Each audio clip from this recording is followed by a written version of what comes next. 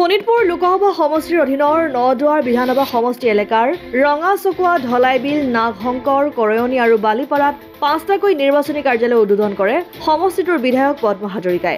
ভাৰতীয় জনতা পাৰ্টিৰ ৪৪ সংখ্যক প্ৰতিষ্ঠা দিৱসৰ দিনটোতে আয়োজিত নিৰ্বাচনী কাৰ্যালয়ৰ সমূহৰ শুভ উদ্বোধনী অনুষ্ঠানত অসম জাতীয়তাবাদী যুৱ ছাত্ৰ পৰিষদৰ জামুগুৰি আঞ্চলিক কমিটিৰ সভাপতি প্ৰাঞ্জল বৰাই বিজেপি দলৰ নীতি আৰু আদৰ্শৰ প্ৰতি আকৃষ্ট হৈ বিজেপিত যোগদান কৰে। ইয়াৰ সমান্তৰালকৈ কংগ্ৰেছ, CPM আৰু আম আদমি পাৰ্টিকে ধৰি বিভিন্ন ৰাজনৈতিক দলৰ শতাধিক নেতা কৰ্মীও বিজেপি দলত যোগদান কৰে। বিধায়ক পদ্ম হাজৰিকাই যোগদানকাৰীসকলক দলীয় প্ৰতীক সম্বলিত টুপি আৰু গামোচাৰে দললৈ আদৰণি জনায়।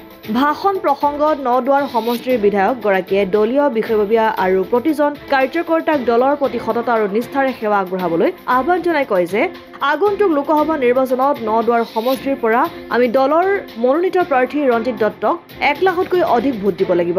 দেশৰ প্ৰধানমন্ত্ৰী নৰেন্দ্ৰ মোদীক আমি তৃতীয়বাৰলৈ প্ৰধানমন্ত্ৰী পাতিবই লাগিব। তেতিয়াহে আমাৰ দেশ বিশ্বৰ সৰ্বশ্ৰেষ্ঠ হিচাপে প্ৰতিষ্ঠিত হ'ব।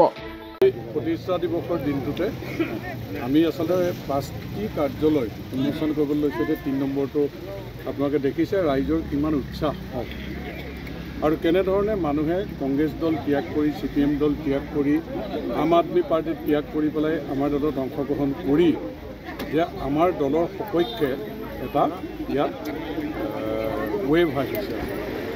গতিকে নৰেন্দ্ৰ মোদী ডাঙৰীয়াৰ প্ৰতি মানুহৰ কৃতজ্ঞতা আছে, মুখ্যমন্ত্ৰী ডাঙৰীয়াৰ প্ৰতি কৃতজ্ঞতা আছে আৰু আমাৰ দলৰ প্ৰতি আনুগত্য আছে। গতিকে আমি আশা কৰিছোঁ এইবাৰ অভিলেখ সৃষ্টি কৰিবলৈ আমি সক্ষম হ'ম।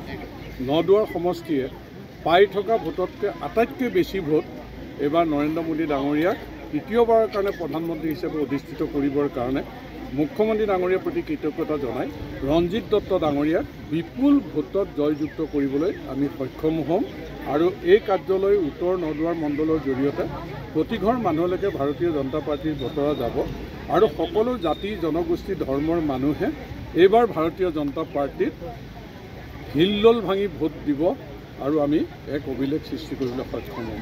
কেইটামান কাৰ্যালয় হ'ব না আমি মণ্ডলে প্ৰতি এটি কাৰ্যালয়, প্ৰতি গাঁও পঞ্চায়তত আমি এটি কাৰ্যালয় আমি নিৰ্মাণ কৰিম। জামুগুৰি হাটৰ পৰা ৰাতুল হাজৰিকা ৰিপৰ্ট, অসম আদিত্য।